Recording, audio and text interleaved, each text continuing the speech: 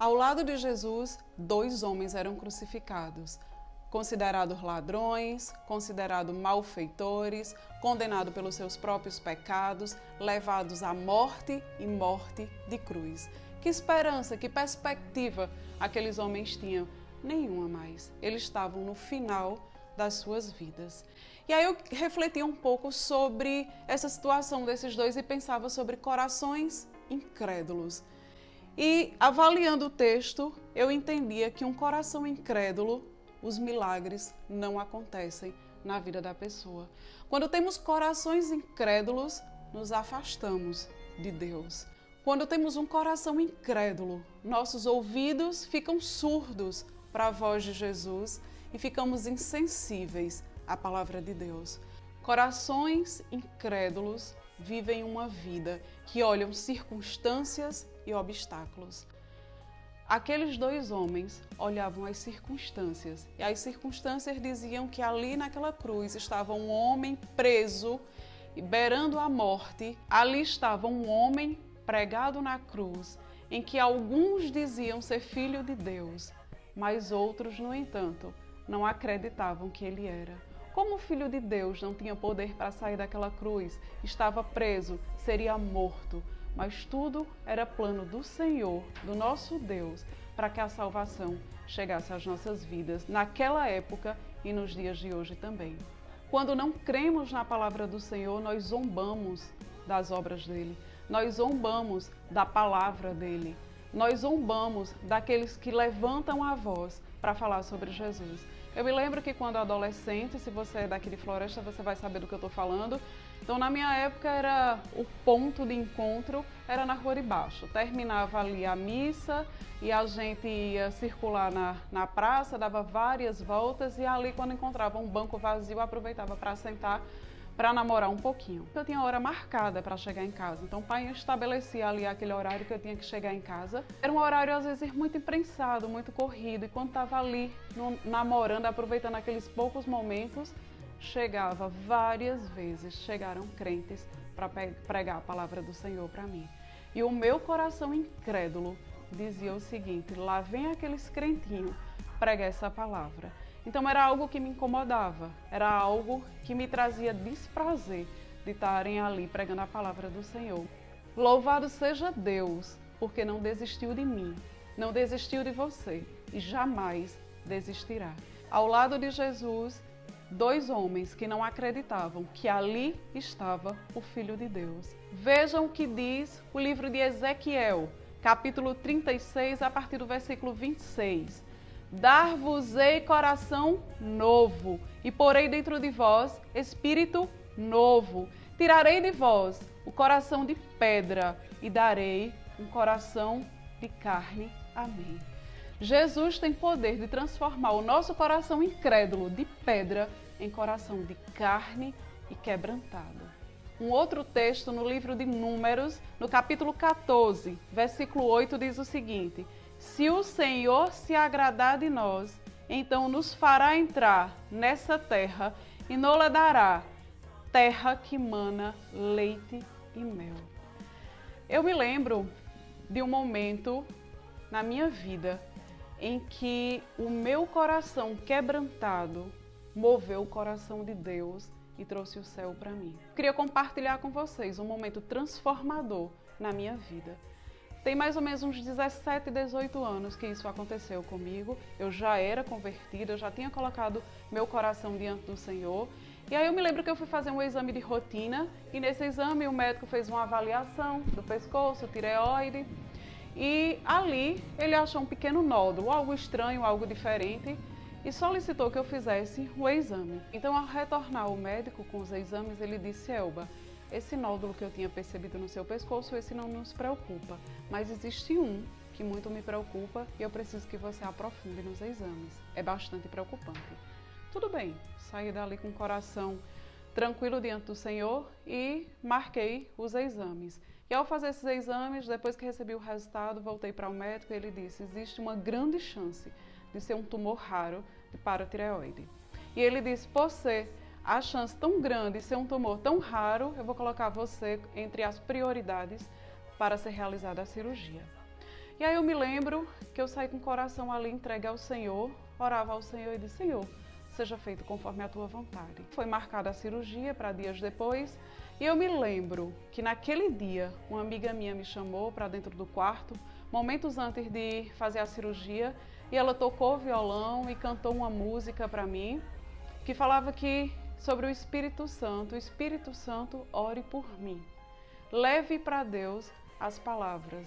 E aí, dali, eu saí com o coração muito tranquilo e entrei no carro com ela em direção ao hospital para fazer a cirurgia. Antes um pouco de fazer a cirurgia, eu tinha um plano de saúde e entrei em contato com o médico, porque o meu plano de saúde era um plano que só cobria a questão de enfermaria. E eu falei com o médico: doutor, existe a possibilidade de eu pagar a diferença para o apartamento, para que eu possa ficar com acompanhamento, porque sabia que pós-cirurgia ia ser um momento bem delicado. E aí ele disse: Elba, a palavra que ele disse foi: Elba, é impossível, a não ser que você pague toda a equipe médica e tudo diferenciado no bloco cirúrgico. Era algo que não cabia dentro das minhas condições financeiras naquele momento. E mais uma vez eu disse: Senhor, que seja feita a tua vontade. Eu me entrego ao Senhor sem reserva, um coração aberto para cumprir aquilo que o Senhor quiser para a minha vida. Cheguei ali para o hospital e eu me lembro quando eu cheguei no hospital, a moça, a recepcionista, na hora do internamento, disse: sua carteirinha, por favor. E aí eu entreguei a carteira do plano de saúde e ela disse: é acomodação enfermaria, não é isso? Eu disse: é sim, acomodação enfermaria. Ela disse: só um minuto. E daqui a pouco ela voltou para mim e disse: Elba, eu queria lhe informar que todas as enfermarias estão lotadas e por conta disso o hospital vai pagar para você ficar em apartamento, vai pagar toda a diferença que você precisa para ficar internada no apartamento. Você sabe o que é você ter convicção de que Deus naquele momento estava agindo ao meu favor? Um coração quebrantado move o coração de Deus ao nosso favor. E eu tinha certeza que Deus estava comigo. Então assim deu certo, fiz minha cirurgia, terminou a cirurgia, o material foi encaminhado para o laboratório, mas Deus ainda queria moldar o meu coração. Fui receber o resultado desse exame, acho que uns 10, 15 dias depois, e quando cheguei no laboratório, a mulher disse: a gente teve um problema no seu exame e a gente vai ter que aguardar e repetir e esperar por mais 15 dias.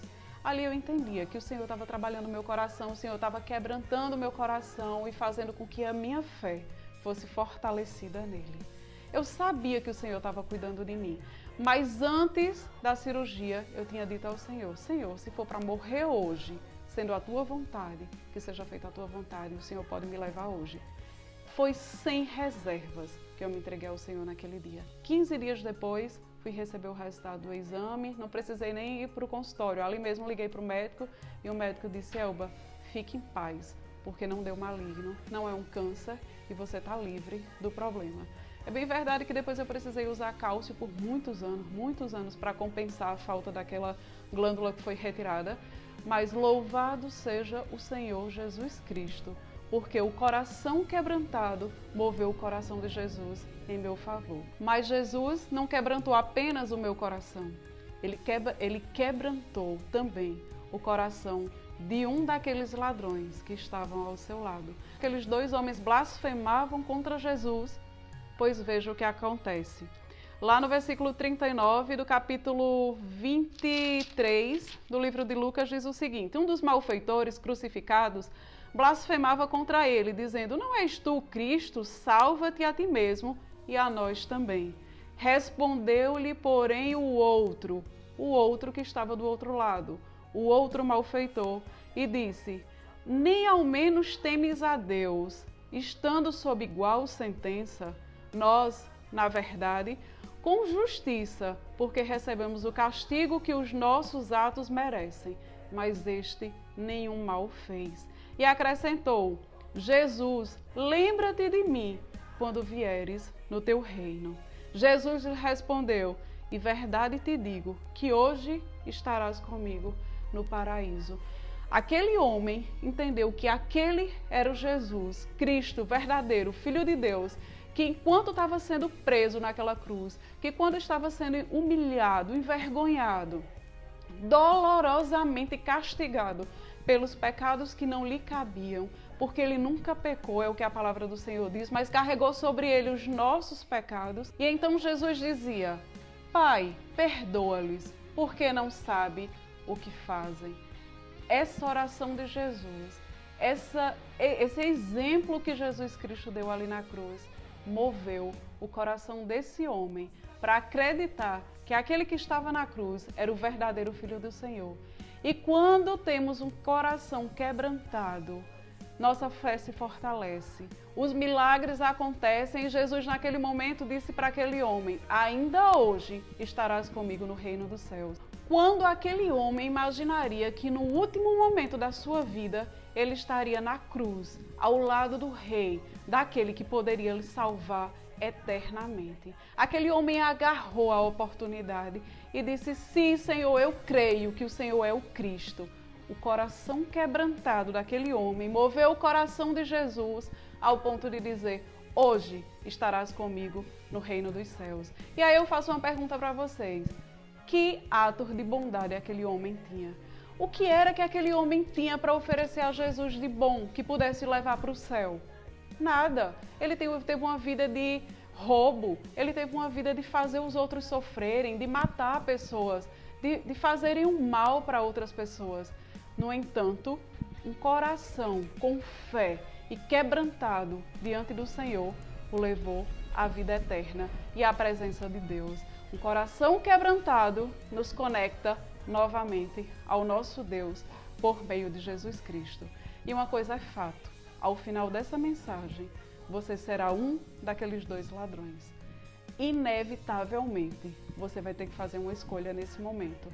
Ou você será o ladrão que continuou com o coração incrédulo, duro, e que ao final do seu momento, na oportunidade que ele tinha de se agarrar ao Jesus vivo, que em 3 dias ressuscitaria e subiria aos céus, ou você estará do outro lado. Você pode estar do lado daquele que tinha um coração duro, um coração de pedra, mas que se deixou envolver pela palavra do Senhor, se deixou quebrantar pela palavra do Senhor.